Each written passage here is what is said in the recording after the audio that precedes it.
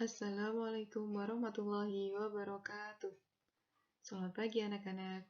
Kembali lagi dengan Bu Tiwi di tema 4, muatan pelajaran ilmu pengetahuan alam, materi gangguan pada organ peredaran darah manusia.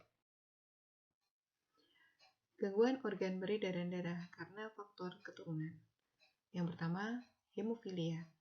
Hemofilia ini merupakan gangguan yang disebabkan adanya kelainan yang menyebabkan darah sulit membeku jika terjadi luka. Penyakit ini menjadi sangat berbahaya jika penderita mengalami luka yang mengeluarkan darah. Aliran darah yang keluar akan sulit dihentikan. Yang kedua, thalassemia. Gangguan ini disebabkan karena bentuk sel darah merahnya tidak beraturan. Hal ini dapat mengakibatkan daya ikat sel darah merah terhadap oksigen dan karbon dioksida menjadi berkurang. Yang kedua, gangguan organ peredaran darah karena faktor non-keturunan. Hal ini secara umum disebabkan karena pola hidup dan makan yang tidak sehat. Yang pertama, anemia, rendahnya kadar hemoglobin di dalam darah. Penyakit ini disebabkan karena kurangnya konsumsi makanan yang mengandung zat besi. Ciri-ciri penderitanya adalah mudah lelah dan sering merasa pusing.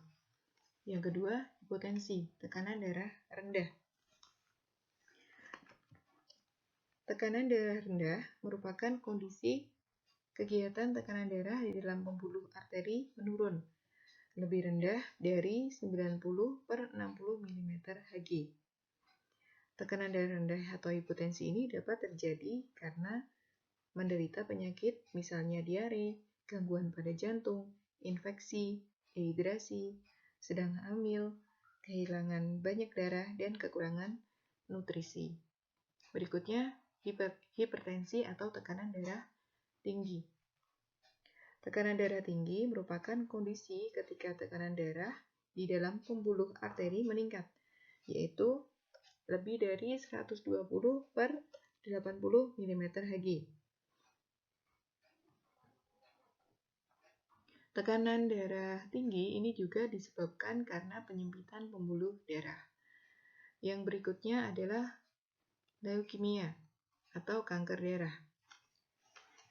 Hal ini disebabkan karena sel-sel darah putih yang memperbanyak diri tanpa terkendali, sehingga menyebabkan sel darah putih memakan sel darah merah.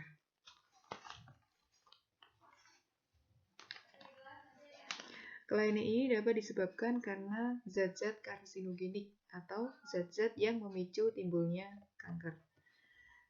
Dan yang berikutnya, yang terakhir, jantung koroner. Penyakit ini disebabkan karena penumpukan lemak darah atau kolesterol pada arteri koronaria.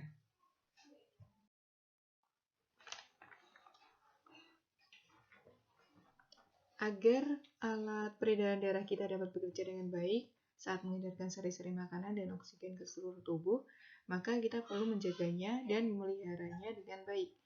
Hal ini dapat dicegah dengan melakukan pola hidup sehat seperti makan makanan yang bergizi, berserat, dan seimbang. Makanan yang berserat seperti sayur-sayuran dan buah-buahan.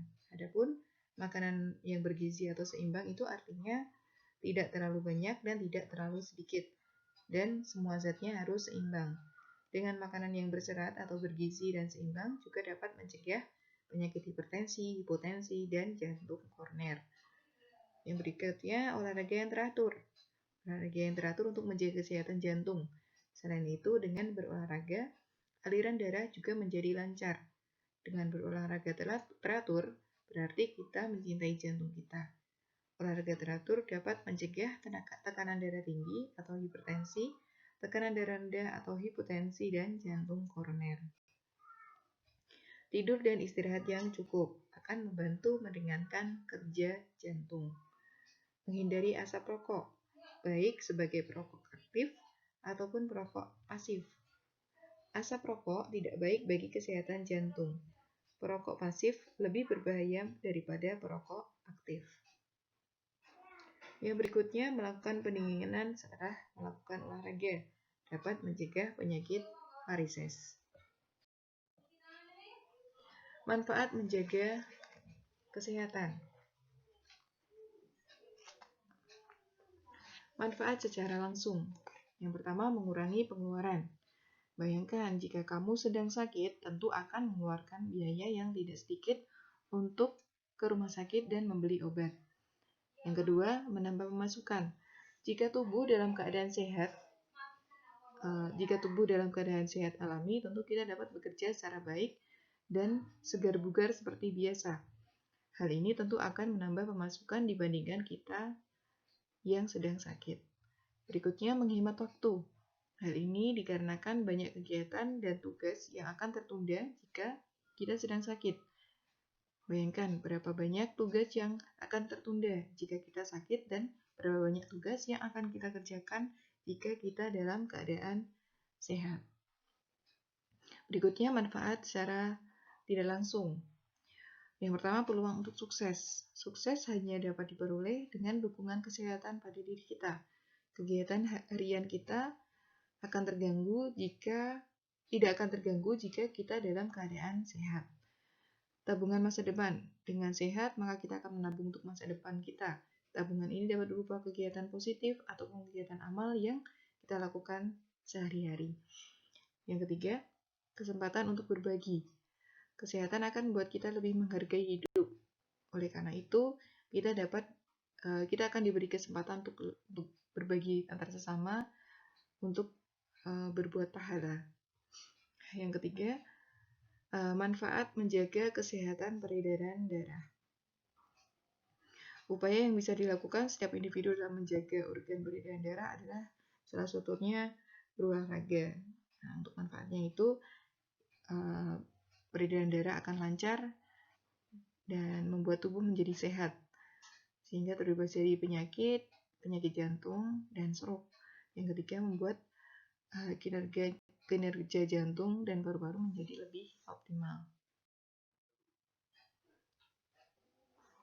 Faktor-faktor yang mempengaruhi kesehatan organ peredaran darah. Kesehatan merupakan anugerah yang paling berharga bagi setiap insan manusia.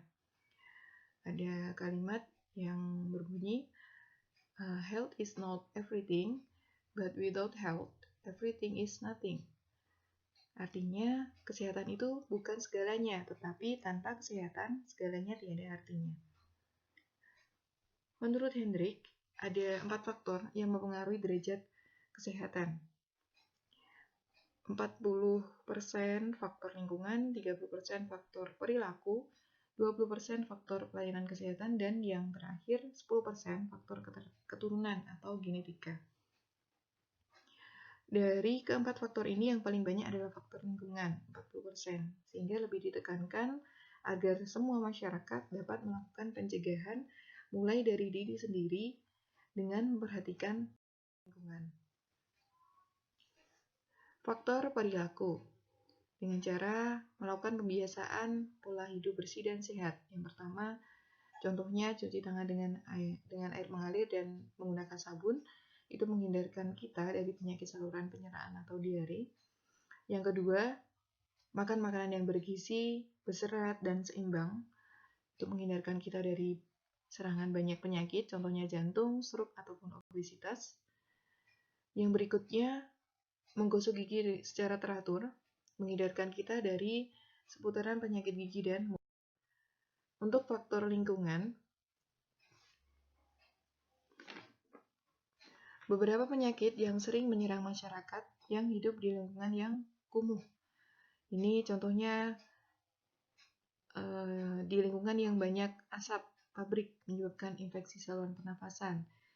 Dengan lingkungan yang banyak air yang mengenang, sanitasi yang kurang baik, ini bisa menyebabkan penyakit demam berdarah, gatal-gatal, asma, leptospirosis, maupun infeksi saluran pencernaan.